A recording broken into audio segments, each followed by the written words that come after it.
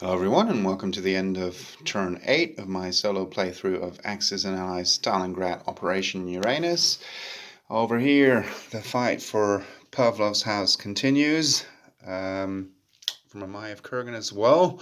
The Germans are down to 1 unit, the Russians only have 2 left, but they are unsupplied now because the Germans took the chemical factory. So yeah, that's the drawback of moving into Mamayev Kurgan. They took it, they took away the 2 RPCs from the Germans, they got it for themselves, but in doing so they weakened their forces in the chemical factory fatally, or so it seems, and the Germans took it. However, in Red October the Germans are far outnumbered. There are 4 Russian infantry and 1 artillery, and only 1 German infantry left. They do have 2 more in Barricadi factory, which they could move in on the next turn, and perhaps one or both of these as well.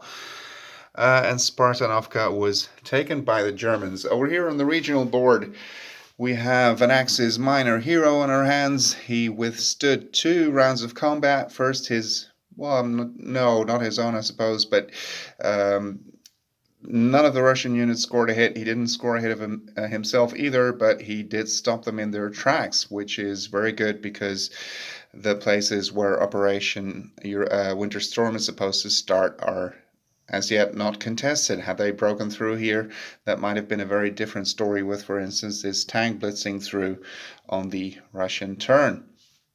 Well, that wouldn't have been, all that terrible. It would just be 1 tank, but still it would slow them down.